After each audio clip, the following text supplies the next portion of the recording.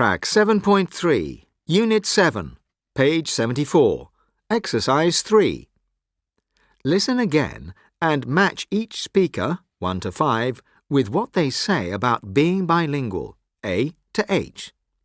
There are 3 extra letters you do not need. Speaker 1.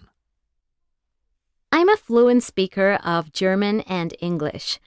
I live in Germany, so I'm more familiar with German culture. Maybe if I moved to an English-speaking country, that would change. Who knows?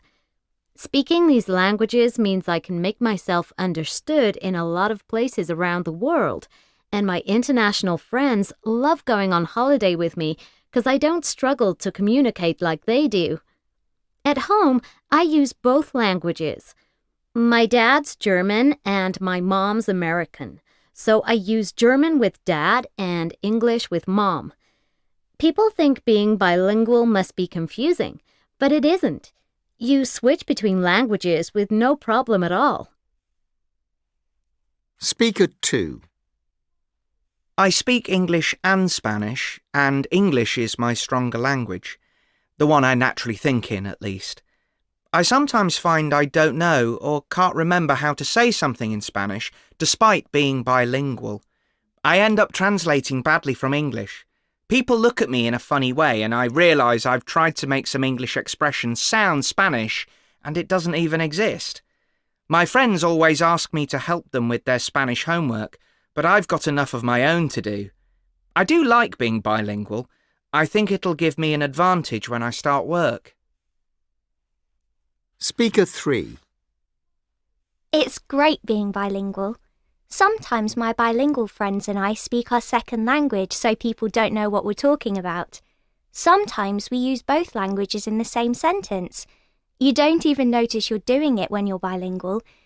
It's just that words in one language sometimes fit the situation better than words in the other language. I speak English and Urdu. My parents were brought up in the UK, though my grandparents were from Pakistan. I've never been there, but I would like to visit one day and meet my cousins. I think it'd be really interesting to visit the country I have such a close connection with. Speaker 4. I often get asked how I can remember so many words, but when you're bilingual, there's no effort required. You learn both languages at the same time when you're a kid, and it's completely natural.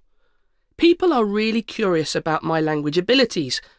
They want to know which language I dream in, or whether I ever get confused between Chinese and English. I'm definitely not a language expert, and no, I don't want to do people's Chinese translations for them. What I love about being bilingual is having 2 different cultures. I grew up with Chinese cooking, yum, and a love of English football. It helps me understand other people better. Speaker 5. I have no issues with my identity until it comes to football, and then I never know which team to support.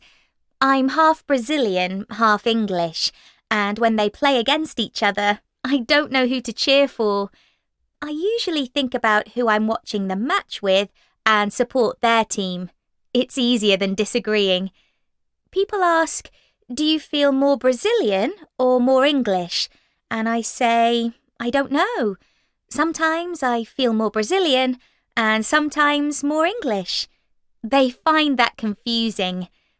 One weird thing, I'm fluent in Portuguese, but when I visited Portugal, it took ages to understand the accent. It's very different from Brazil.